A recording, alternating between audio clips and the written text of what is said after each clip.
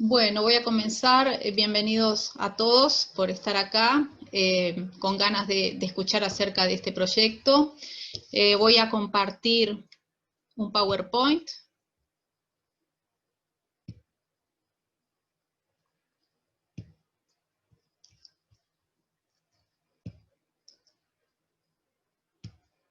¿Lo están viendo?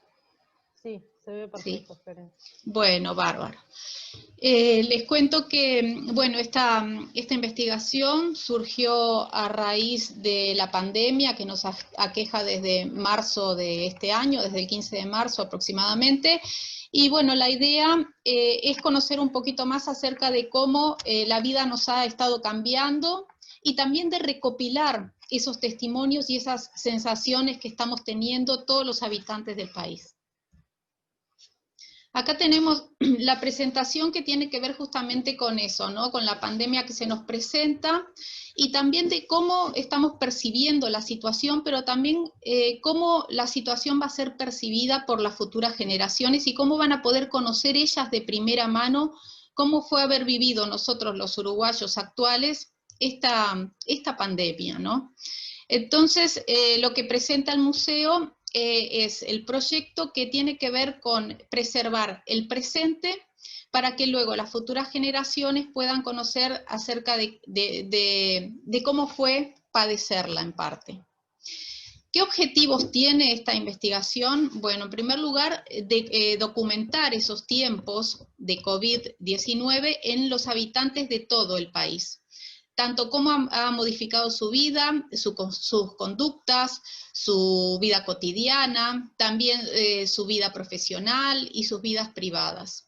Y toda esa información la vamos a registrar para futuras generaciones en formato digital. Y otro objetivo importante también que consideramos desde el museo es que esto va a ayudar a fortalecer la participación de la ciudadanía, ya que vamos a invitarla a que identifiquen los sucesos importantes para preservar y para preservarlos y salvaguardarlos para las futuras generaciones. Es una forma también de involucrar a los habitantes del país en este proyecto. ¿Cómo el museo ha estado invitando a los habitantes a participar? Bueno, de diferentes formas, sobre todo a partir de las redes sociales que tiene el museo, el Instagram y el Facebook, y también a partir de un correo electrónico que es antropología.covid19@gmail.com.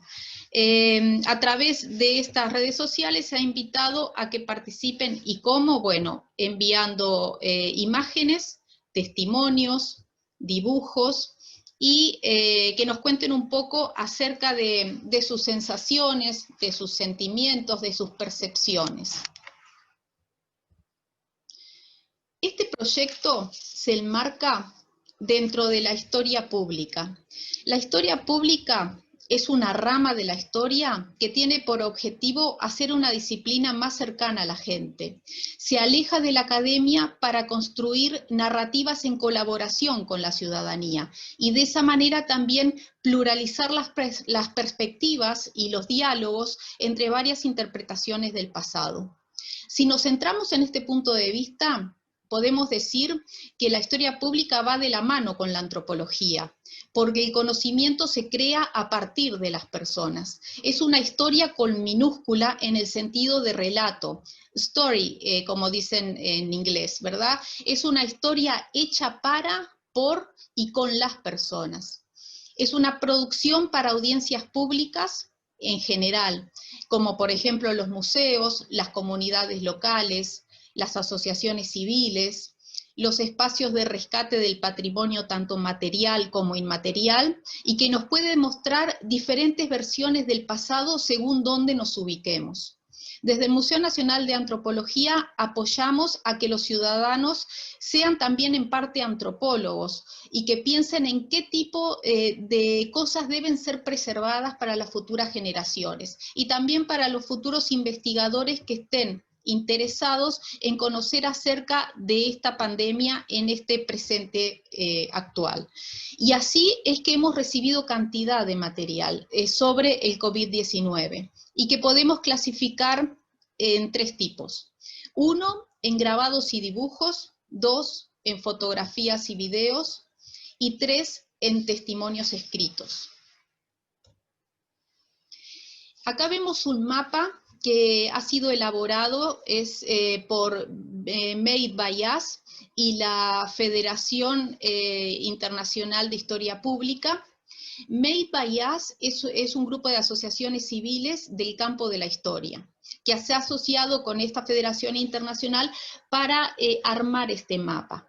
Bajo el lema "Tú eres la fuente primaria", se convoca a que la ciudadanía contribuya al registro histórico de la situación actual referente al COVID-19 para las futuras generaciones y los futuros investigadores, a través de varios testimonios distintos. El Museo Nacional de Antropología forma parte de esta iniciativa. Con su proyecto Había una vez una pandemia. Si ustedes entran al mapa interactivo, que lo pueden encontrar en la página Made by Us, van a poder ver todas las propuestas que hay en todo el mapa. Acá podemos ver en todos los continentes. Cada una de esas propuestas ustedes la cliquean y van a leer a qué país se refiere, a qué ciudad, y también cuáles son los objetivos de recopilación de información sobre esta pandemia. Acá en Uruguay tenemos que el Museo Nacional de Antropología es la institución que hasta el momento se está encargando de recopilar la información sobre el COVID-19. ¿Qué testimonios hemos recibido? Bueno, acá les quería mostrar algunos ejemplos de ellos. Desde intervenciones en monumentos de Montevideo en este caso, como también acuarelas que hemos recibido y grabados también, como este que vemos acá, es de una joven. En el caso de la acuarela, es de una joven que a través de la pintura ha podido manifestar sus estados de ánimo con respecto a la pandemia. Después hemos visto también cartelería, como la que podemos ver ahí, y bueno, nosotros trabajando todos con barbijo. Acá encontramos también más testimonios de personas que nos han mandado sus fotos y de cómo la vida ha ido cambiando totalmente, ¿no? Hasta en nuestra vida cotidiana. Podemos ver también cómo una niña de 7 años hizo ese percherito para poner los tapabocas que tiene al lado de la puerta de la casa, y que bueno, la mamá nos mandó la foto para mostrarnos. Y quiero leerles también un testimonio de los muchos que hemos recibido, al que también los invitamos a que ustedes puedan enviarnos los suyos. Y este es un testimonio de Lorena, de 37 años, que nos lo envió en junio. Y dice así: yo soy podóloga, manicura, y hago algunas cosas de estética integral. Y cuando comenzó la pandemia, mi trabajo bajó un 99%. No sabía cómo iba a salir adelante, fue bastante duro. Un día, pensando, decidí cocinar para vender en la cooperativa en la cual vivo, que somos 41 familias. Y de esa manera pedí autorización a la comisión directiva si me permitía vender cosas dulces y publicarlo en un grupo de difusión que tenemos, y de esa manera cada día, cada tarde, de lunes a sábado, cocinaba algo dulce, y los días de lluvia o nublados cociné tortas fritas. Así fue como pasaron estos 2 meses. ¿Qué pude lograr sacar? La olla, como se dice coloquialmente. No pasamos hambre, porque con el sueldo solo de mi pareja, que también le bajaron la carga horaria, entonces era menos sueldo, no alcanzaba. De esa forma, cociné tortas fritas, pastafrolas, bizcochitos, panes con grasa, panes caseros, y así logramos pasar la pandemia.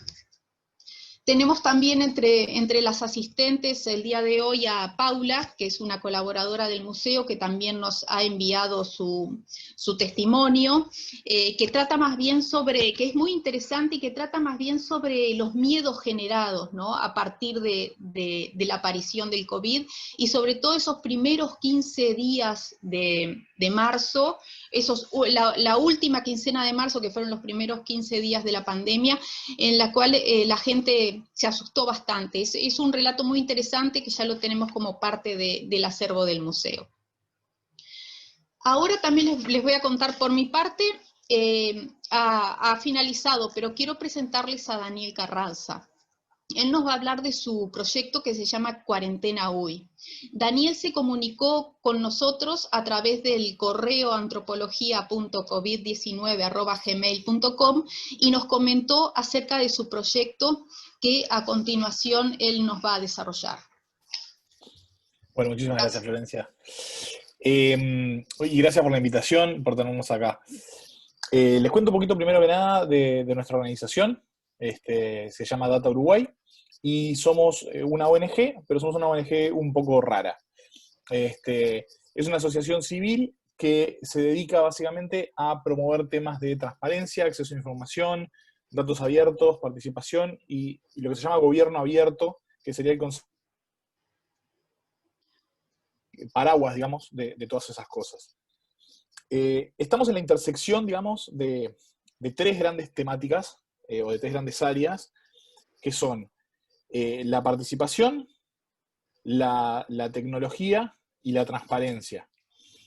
Y lo que hacemos concretamente, por decirlo de alguna manera, perdón, son básicamente tres pilares o líneas de acción. La más vistosa, un poco lo que vamos a ver hoy, y tenemos otras que también, si quieren, les puedo contar algún ejemplo, son las herramientas. Creamos herramientas en línea, perdón, que buscan mejorar la calidad de vida de las personas o ayudar al acceso a derechos de alguna manera. O sea, usamos la tecnología que hoy está presente en tantas cosas, pero para el desarrollo humano, de alguna manera. Para poder lograr generar esas aplicaciones, trabajamos con comunidades, o sea, formamos comunidades alrededor de temas de transparencia, de participación, de datos abiertos, etc. Y para que existan esos datos abiertos y poder hacer también todo lo demás, hacemos un montón de trabajo de activismo, ya sea incidiendo en distintos gobiernos, organismos públicos, a veces también con el sector privado, para que existan datos o publicando nosotros datos activamente. Y en ese último punto, en la publicación de datos, que no es necesariamente lo más común de lo que hacemos, es donde entra el proyecto Cuarentena.uy. Si recuerdan, cuando comienza esta pandemia en marzo, hay un fuerte empuje de un montón de iniciativas desde el mundo de lo digital que buscaban colaborar de alguna manera. Desde la famosa iniciativa Frena la Curva, por ejemplo, que creo que arrancó en España y se ha extendido por el mundo, incluido Uruguay, distintas plataformas en línea que buscaban, por ejemplo, mostrar dónde existían recursos, información sobre cómo hacer mascarillas, ubicación de ollas populares para personas que quedaron sin trabajo o sin acceso a recursos para poder comer. Un montón de cosas se empezaron a dar. Y en ese momento nosotros nos planteamos un poco, bueno, ¿cuál debería ser nuestro rol en ese contexto? Normalmente, nosotros lo que hacemos es aplicaciones, herramientas en línea, y el impulso natural hubiera sido ir hacia ese lugar. Pero justamente como un montón de personas ya estaban ocupando ese terreno, y además, desde nuestro punto de vista, había una enorme incertidumbre en si ese tipo de herramientas realmente lograban los objetivos que se proponían, preferimos dar un paso atrás, pensar un poquito en qué podíamos hacer desde la perspectiva de los temas que nosotros trabajamos, en particular desde los datos abiertos, para tratar de aportar, si no hoy, mañana, al entendimiento de esta situación y de este contexto. Vale aclarar, un poco lo pasé por arriba, pero el concepto de datos abiertos, que no sé si todo el mundo está familiarizado, son aquellos datos que se publican bajo determinados estándares, como por ejemplo ser granulares, estar completos, estar en un formato que no esté limitado por licencias o cosas por el estilo. Bueno, no me acuerdo ahora, son 8 principios que lo que garantizan es que justamente esos datos se puedan reutilizar y expresamente se da el permiso para que puedan ser reutilizados. Este es un concepto que en Uruguay, por suerte, hay muchísimo avance en eso. Hace más de 10 años que estamos trabajando en el tema desde distintos sectores públicos y privados. Y hay un montón de datos abiertos, incluso contamos con un catálogo nacional de datos abiertos. Pero bueno, volviendo un poco al cuento, nos pareció oportuno tratar de recolectar información sobre cómo la gente estaba transitando esta pandemia desde el punto de vista de su bienestar, para disponibilizarlos. O sea, no para un fin concreto, nosotros no usamos esos datos, eso es parte un poco de la ironía en este caso del proyecto, sino justamente para dejarlos disponibles para que otras personas, quizás no hoy, quizás mañana, puedan recurrir a esos datos para entender o trabajar sobre lo que fue esta situación relativamente única, por lo menos en nuestra generación. El primer paso para eso fue juntarse con alguien que supiera sobre el tema, o sea, en este caso sobre psicología, que era el perfil de los datos que queríamos recolectar. Esto también es fundamental para nuestra forma de trabajo. Nosotros somos una organización que trabaja de una forma, o sea, tenemos una experticia que consideramos horizontal, sabemos cómo hacer aplicaciones, sabemos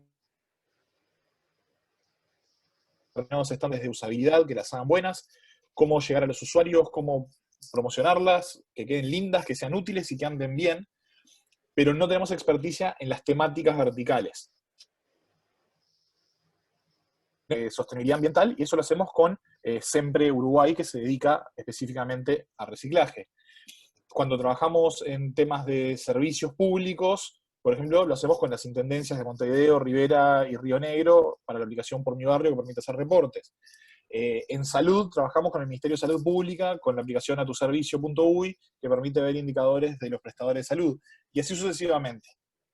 En este caso, la alianza la hicimos con docentes de la Facultad de Psicología de la Universidad de la República, en concreto con Alejandro Maiche y su equipo de docentes, su equipo de ahí de la facultad.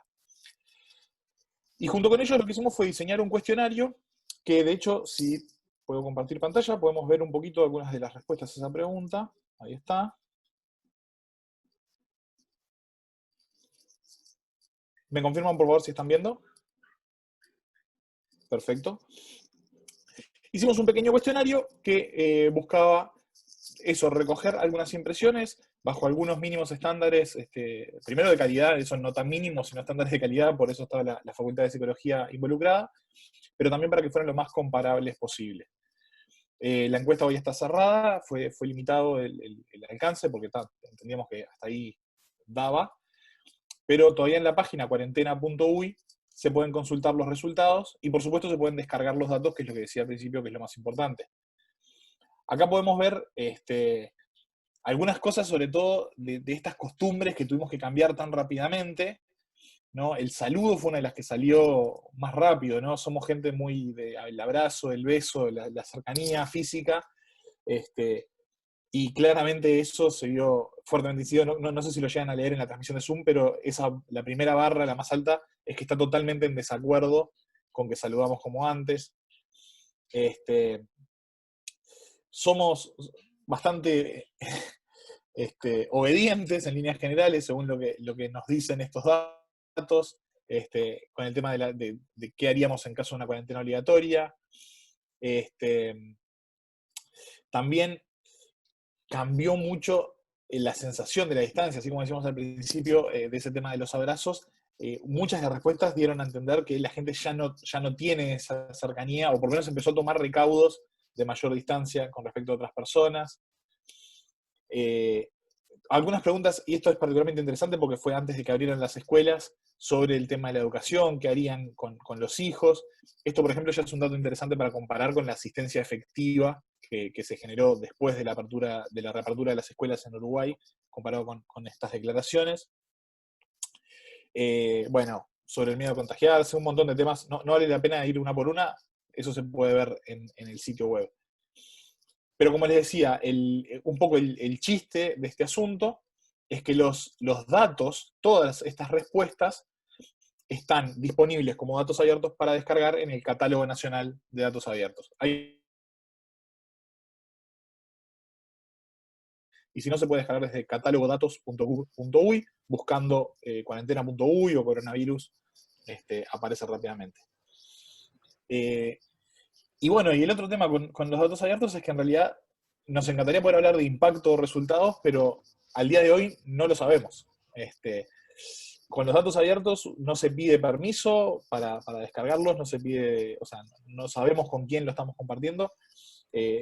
Nos han comentado que se han descargado y se han reutilizado, por ejemplo, un proyecto similar que se quiso hacer en Bolivia, por lo menos por lo que me comentaron, trataron de replicar las preguntas para que sea comparable con los datos uruguayos, o sea que ya al menos generó esa mínima replicación, pero no sabemos qué consecuencias o qué usos va a tener esto en el futuro.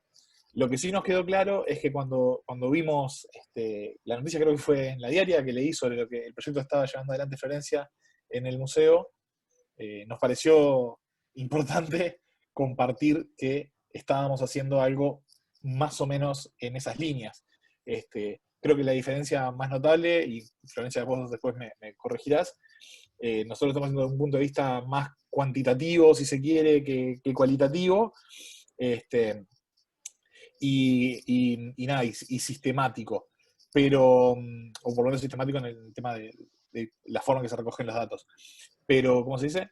Creo que el espíritu iba claramente por ese lado y nos pareció que podía ser un aporte relevante, si no humilde, al proyecto. Y en realidad el futuro dirá hasta dónde se dará eso y qué impacto podrá tener. Nuestro trabajo fue simplemente recolectar esos datos y compartirlos. Bien, buenísimo. Muchas gracias a los dos por la exposición. Quería decir una cosita nomás, como para finalizar. Lo bueno del proyecto de Daniel, que es verdad, son datos cuantitativos que unidos con los datos cualitativos que estamos teniendo en el museo se van a hacer una linda base de datos para, como les contaba, las futuras generaciones puedan tener, sobre todo de primera mano, ¿no?, lo que se llaman las fuentes primarias, acerca de cómo fue vivir este momento de cuarentena, ¿no? Van a poder futuros investigadores, ya sea dentro de unos años, 5, 10, los años que sean, 30 años después van a poder recurrir al Museo Nacional de Antropología, donde van a tener los datos, todas las fuentes primarias, que podrán también cotejarlas con otras fuentes primarias, como podrán ser los periódicos y otras cosas que tengan, y bueno, y que sea un insumo que pueda ser preservado para las futuras generaciones, y estamos viendo también cómo a partir del trabajo de Daniel,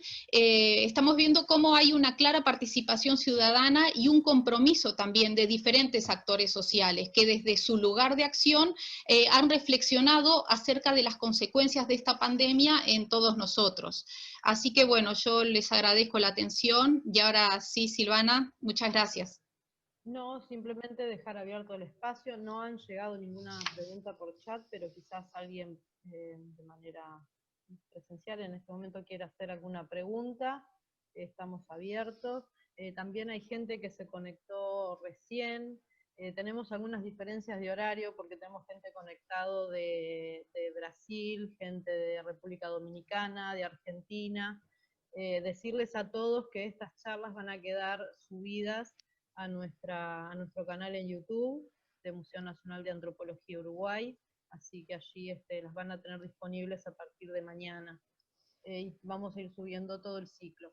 Y bueno, dejar este espacio abierto. Paula quiere hacer una pregunta, así que adelante, Paula, nomás.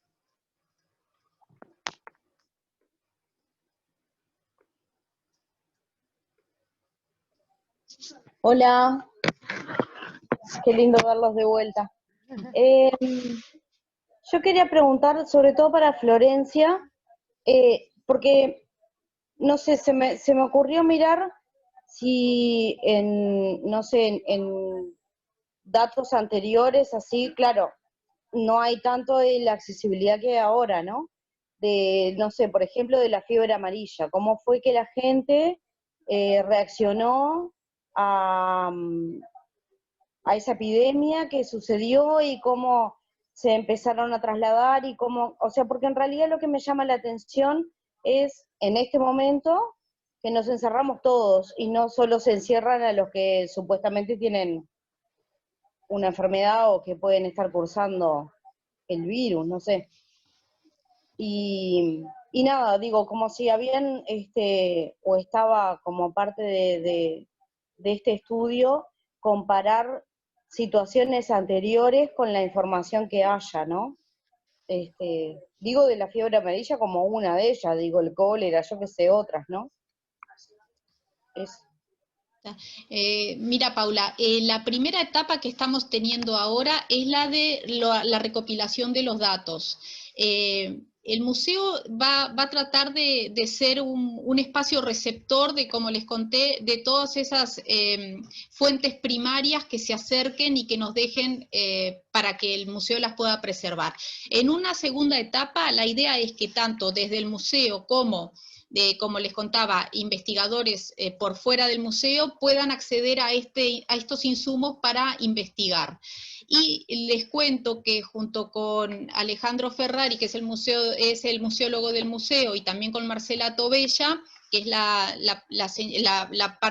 hace la parte de conservación del museo, la idea es poder armar una exposición con algunos de estos materiales donde vamos a tener alguna parte que trate sobre pandemias anteriores, pandemias pasadas, e investigar un poco de eso. La verdad, te soy sincera, yo no he investigado nada con respecto a la fiebre amarilla y otros tipos de pandemias, así que no te puedo responder hoy por hoy nada al respecto, pero la idea es que para el Día del Patrimonio tengamos una pequeña exposición en el museo para que ustedes puedan visitar, y bueno, y ahí sí habrá cartelería que trate un poco sobre la historia de pandemias anteriores y cómo los ciudadanos las encararon, digamos.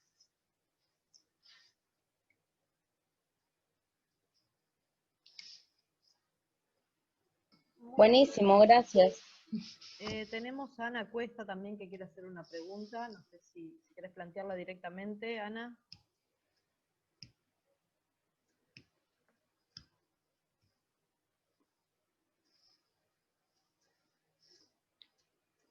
Bueno, igual la leo acá porque quizás no puede conectar el audio. La pregunta de ella es para Daniel y quiere saber con quién elaboran las preguntas de las encuestas y con qué criterios.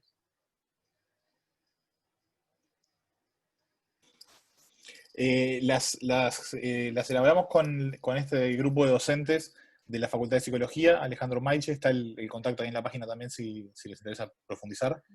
Y no me acuerdo ahora de memoria cuál fue el criterio, creo que se basó, si no me falla la memoria de vuelta, en encuestas previas sobre como estado de ánimo, combinado obviamente con cosas que responden a la situación específica de ahora. Vale aclarar también, hay dos preguntas que son como más informales, por decirlo de una manera, tienen una respuesta casi en chiste. Esas las agregamos nosotros como una forma también de tener algo interesante para comunicar y generar visitas a la página, que creo que era como esperaban la situación para los próximos meses. Una de las respuestas creo que es algo así como apocalipsis zombie. Esa es una pregunta que claramente no está dentro del cuestionario formal. Eso fue para darle un poco más de gracia y juego al cuestionario nomás. Bien, buenísimo. Bueno, no sé si hay alguna otra pregunta que alguien más quiera hacer. Ya por chat no tenemos ninguna. Yo quiero hacer una... Hola. Muy bien, adelante Karina. No, simplemente, no contestando a la pregunta de Paula, pero sí dando como una idea de por dónde se puede llegar a responder, ¿no? Una cosa importante es que obviamente pandemias o epidemias que han diezmado poblaciones han existido desde los inicios de la humanidad y van a seguir existiendo, ¿no? Justamente el cómo las afrontemos es justamente un tema antropológico, ¿no? Desde qué lugar estamos y cómo las visualizamos. Esta pandemia en particular tiene una característica que es el de globalización, porque posiblemente las pandemias antes, o las epidemias, sí hayan sido obviamente con una gran, digamos, área territorial, pero no lo sé, pero no cruzando océanos como ahora sí por la rapidez de las telecomunicaciones, de las comunicaciones, y sobre todo, todo aquello que tiene que ver con esa inmediatez de la información, que obviamente en otros momentos no sucedía. Había siempre un periodo de tiempo entre la información y cómo llegaba a su destino. Eso por un lado. Por otro lado, lo que dice Paula, que me parece muy interesante, es que además de ese componente que esta epidemia tiene, que es este, ¿no? El de la rapidez de las telecomunicaciones y de las comunicaciones en sí, ¿no? Que obviamente le da un componente muy diferente, porque antes yo no sé que se murió el vecino, sí sé que se murió un japonés, por ejemplo, cuando antes en otro momento no me hubiera enterado. Ese tipo de situaciones justamente creo que son una de las improntas que justamente más le hace a este tipo de situaciones en la cual estamos viviendo. Eso por un lado. Y ahí sí, yendo a la consulta que hacía Paula, sí, yo creo que es una de las... A ver, siempre hubo una separación, ¿no?, entre los sanos y los no sanos, entre los vivos y los muertos. Siempre ha habido ese tipo de distribución, digamos, de dónde nos ponemos cada uno. Ahora, es cierto, y está muy buena el comentario que hace Paula, de cómo ahora nos guardamos todos, por decirlo de alguna manera, ¿no? Y yendo a un filósofo bastante conocido por todos, tenemos un control de nuestra anatomía y de nuestra biología que creo que pocas veces ha dado. Estoy hablando obviamente de Foucault y todo el tema del disciplinamiento, ¿verdad?, de los cuerpos, que bueno, creo que estamos en un momento así de esplendor de todo el desarrollo de esa teoría, porque creo que se le están dando casi todas las cosas que ni siquiera pudo imaginar. Tenemos un control total sobre nosotros, nosotros sobre los otros. O sea, es un tema que creo que de aquí en más las investigaciones y las conclusiones que se pueden llegar a realizar son alucinantes. Alucinantes porque vernos a nosotros mismos dentro de esos patrones de conducta también nos va a resultar hasta ridículo en algún momento, supongo, y quiero verlo así. Pero bueno, simplemente para decirte, Paula, que creo que también tenemos que esperar un poquito más, porque yo recién los escuchaba y me da un poco de gracia, porque estamos bastante positivos, porque todos hablamos, bueno, ¿cómo vivimos la pandemia? Lamento decirle que la estamos viviendo todavía, o sea, no estamos fuera, así que para verla un poquito en perspectiva vamos a tener que esperar por lo menos unos meses más, creo yo. No sé, Paula, si... No te dije nada, pero bueno, por lo menos... No, No sé sí, si alguien sí, más... me encanta, genial. Muchas No sé gracias. si alguien más quiere compartir alguna reflexión de este estilo o lo están viendo así. Para mí es una de las características más importantes de esta pandemia, ¿no? El control excesivo de las conductas, que realmente, y el autocontrol, ¿no?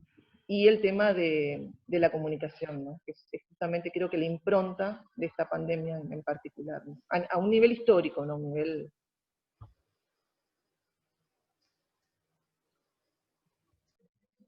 No sé si Bien. alguien más quiere compartir. Guadalupe le preguntó por chat a Daniel cuántas personas participaron de la encuesta.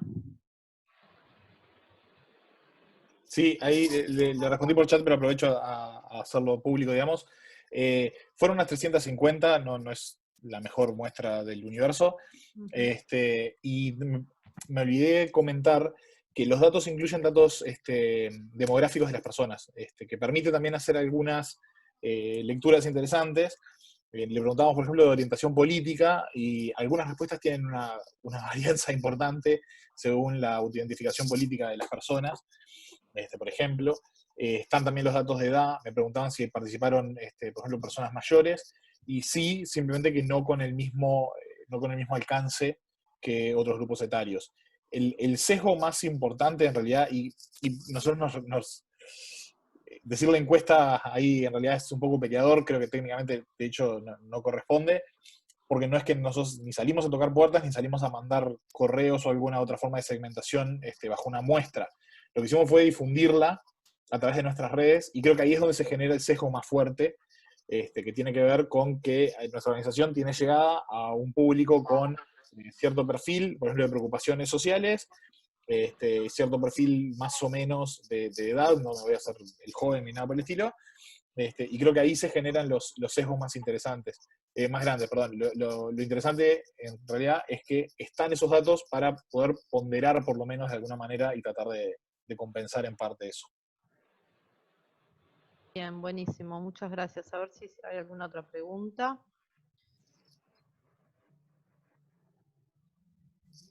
Sí, está un señor, Silvana. Sí. Enrique Antón. Sí, Antonio. Florencia, las colaboraciones con el museo, ¿cuántas personas han colaborado? Hola Enrique, ¿cómo anda? No lo conocía personalmente, mucho gusto. Acá, señor... Lo de la gente, cómo es, en fin. Sí, bueno, han colaborado personas de todas las edades. Sobre todo, ha sido interesante cómo a partir de las redes sociales se han comunicado con el museo. Ahí vemos también la importancia de que la institución tenga unas redes sociales que lleguen a la mayor cantidad posible de habitantes. A través del Instagram y del Facebook que maneja Silvana Rey, nos han llegado muchas cuestiones, interrogantes y también ganas de colaborar. Las edades han sido variadas. Podemos decir que prácticamente han sido mayores de 30 años. En el caso de menores de 30 años, siempre se han acercado al museo a partir de sus referentes, que por lo general son los padres, ¿no? Ya sean niños, adolescentes o jóvenes de hasta 20, por llamarlo de alguna forma. Han colaborado escuelas del interior, liceos, tanto de Montevideo y del interior, a través de sus docentes, y después ciudadanos en general que han tenido interés en enviar sus testimonios o en enviar, como les conté, grabados y dibujos también y fotografías que ellos consideran que son importantes a preservar para las futuras generaciones, que nos han mandado a través del correo electrónico. Pero las redes sociales han ayudado muchísimo a la divulgación del proyecto. Y bueno, y quiero contarles que el señor Enrique ha colaborado muchísimo con el museo, se ha encargado de hacer un trabajo antropológico porque ha hecho varias entrevistas y nos ha mandado testimonios de, Enrique, corríjame, pero como de 12 personas, ¿no? No, 12 no, son 9. 9, me quedé el 9. Somos 9, somos 9. ¿Ah? Sí, muchas gracias, Enrique. Yo estoy en el área de turismo y me muevo con cuestiones así de investigación, pesquisas, ¿no? Entonces, por eso, pero ¿cuántas de testimonios por escrito? ¿Cuántos ha tenido? 350 tuvo Daniel Carranza, ¿no? ¿Y usted sí. cuánto? No, los testimonios que nosotros tenemos son más bien de tipo cualitativo. No, nosotros llegamos a 20. Testimonios escritos, digamos, testimonios en los que la persona se sienta y nos cuenta acerca de sus percepciones y de sus sentimientos. Después hemos tenido testimonios gráficos, a través de videos y de fotografías y bueno, y a través también de dibujos y grabados, pero escritos 20 aproximadamente. De alguna forma, algunas conclusiones, no ahora en este momento, pero algo en general, ¿tá? O sea, para poder después compartir y poder ver un resultado concreto, algo que salió de eso. Es decir, bueno, sí, en Montevideo tal cosa, en el interior, por quintiles, algo que nos diga, bueno, porque si no queda la colaboración, y lo hice de corazón, y eso, pero, y después no hay un feedback, no hay más nada. El primer feedback que va a haber va a ser la exposición que va a estar para el Día del Patrimonio y que va a durar Por lo menos octubre seguro. Bueno, la directora después dirá en cuánto tiempo puede estar presente la exposición. La exposición va a ser también una forma de pasar en limpio lo que tenemos hasta el momento con respecto a las colaboraciones de los habitantes del país. Luego, un paso más adelante puede ser tanto desde el museo como de investigadores que vengan al museo, que ellos se puedan hacer de esa información y también puedan escribir informes o, bueno, algún artículo también.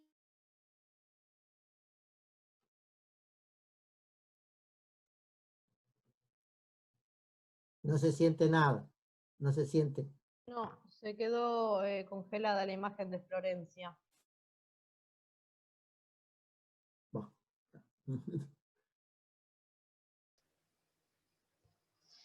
Hola, ¿se me cortó? Hola, Florencia, sí, Sí. se cortó. Se corta. Ah. ¿Pero me escucharon o quedé hablando sola? Estamos, No, la estamos parte en la final quedó. Florencia, quedaste en que le estabas explicando al señor que se iba a hacer una exposición como un primer producto de la investigación y que luego, como justamente esta base de datos también pertenece a un museo y también es pública, otros investigadores también van a poder utilizarla para hacer investigaciones con el perfil que cada uno decida, ¿no? Exactamente. No Bueno, después. la idea es esa, que los insumos puedan ser utilizados a futuro, tanto dentro del museo como también por investigadores que vengan al museo a hacerse de esa información, que puedan escribir ya sean informes o artículos también. Queda abierto, la base de datos queda abierta para los interesados que quieran hacer uso de ella. Ok. Bueno, gracias, doña Florencia. La conocí finalmente también. ¿Ah? Mucho gusto. Gracias por todo. ¿Ah? A usted. ¿Puedo? Me gustaría hacer un pequeño comentario. ¿Sí?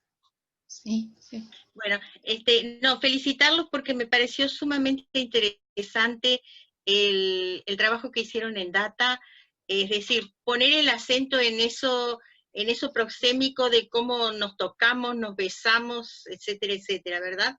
Y creo que va a ser muy importante ver cómo se ha evolucionado el contacto con el personal de salud. Porque, bueno, yo, antigua, de la primera generación, aquella de los licenciados de antropología, pero en lo que trabajé siempre fue en medicina. Es decir, en mi carrera, en los años 70, empezó, nos dábamos la mano, no nos tuteábamos con los pacientes, y en determinado momento se percibió, y eso fue motivo de algunos de los trabajos que hizo la gente que trabajaba en antropología médica, de cómo evolucionó el contacto y el tuteo entre pacientes y médicos, ¿verdad?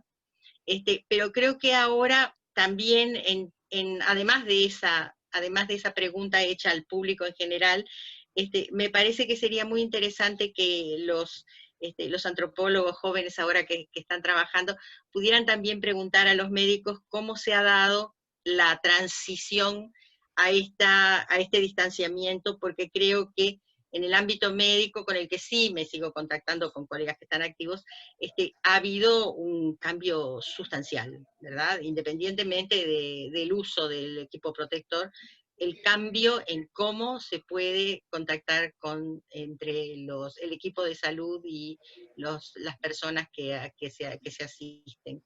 Me parece que sería un tema interesante. Y lo felicito porque me gustó mucho lo que dijeron.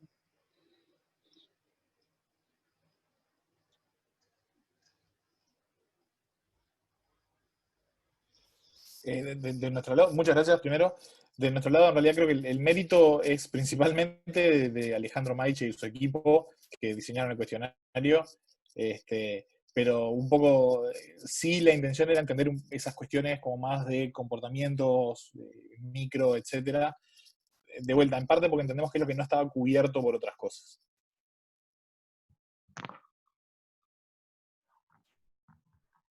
Buenísimo. Bueno, muchas gracias, Daniel. Muchas gracias a todos. Ya estamos entrando en los últimos minutos. No sé si alguien más quiere agregar algo. Si no, pedirle a Daniel y a Florencia que recuerden los mails y las páginas web de sus respectivos proyectos para que todos las tengan presentes. Y bueno, y agradecerles a todos. No sé, dejo el espacio abierto por si alguien más quiere agregar algún comentario o alguna pregunta más. Gracias.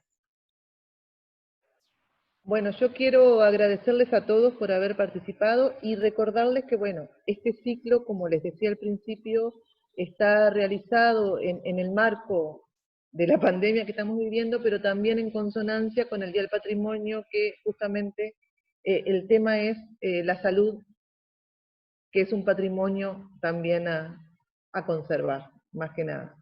Decirles que hoy hablaron con nosotros dos especialistas, dos investigadores, restan 6 más, que va a ser en los próximos miércoles, de aquí al 23 de agosto, es la última, del 23 de septiembre, digo, es la última.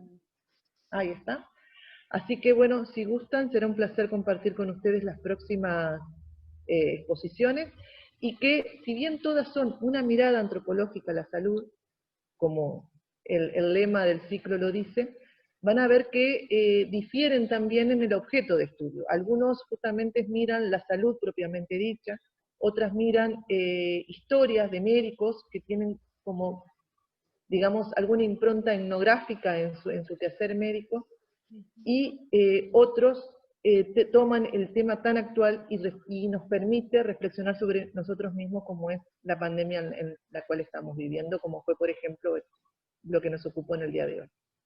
Nada más, muchas gracias, y bueno, creo que cumplimos con los tiempos y todo, estamos perfectos. Pedirle a Daniel que repita nuevamente las redes sociales y la página de Data. Sí, como no, lo dejo también en el chat, es data.org.uy y cuarentena.uy es el proyecto, y si me quieren escribir, es chino, que es como me dicen, @data.org.uy. Muy bien, y Florencia. Bueno, por mi parte, decirles que se pueden comunicar a través del Instagram y del Facebook Museo Nacional de Antropología Uruguay, que lo va a recibir Silvana y que me va a reenviar la información. Y después también tenemos el mail, que es antropología.covid19@gmail, donde también nos pueden enviar información o contactarse, y a partir de ahí generamos una sinergia y empezamos a conversar.